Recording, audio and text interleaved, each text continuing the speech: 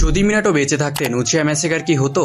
হিরোজেনের দুর্বল নেতৃত্ব ও ডানজোর ষড়যন্ত্রের কারণেই উচিয়া ম্যাসেকার ঘটে। কিন্তু যদি মিনাটো বেঁচে থাকতেন তাহলে কি ইতিহাস বদলে যেত? প্রথম সম্ভাবনা, উচিয়ারা বিদ্রোহী করতো না। মিনাটো ছিলেন ফর্মিডেবল অপোনেন্ট। তিনি একাই হাজার আইওয়া শিনোবিকে পরাজিত করেছিলেন। তার উপস্থিতিতে উচিয়ারা হয়তো বিদ্রোহের সাহসী পেত না। তাছাড়া নাইন টেলসকে সামন করার ক্ষমতা শুধুমাত্র ওবিটোর ছিল, যে ট্রেনিং পেয়েছিল স্বয়ং মাদারার কাছ থেকে। মিনাটো হয়তো শান্তিপূর্ণ সমাধান বের করতেন, যার ফলে গণহত্যা এড়ানো সম্ভব হতো। দ্বিতীয় সম্ভাবনা ছিল যে উচিয়ারা যদি বিদ্রোহ করত, মিনাটো একাই বেশিরভাগকে ডিফিট করতে পারতেন। কেবল ফুগাকু, ইটাচি ও শিসুই তাকে চ্যালেঞ্জ দিতেন। তবে এটি শুধু মিনাটো বনাম উচিয়া ছিল না, পুরো কোনোহা বনাম উচিয়া ছিল।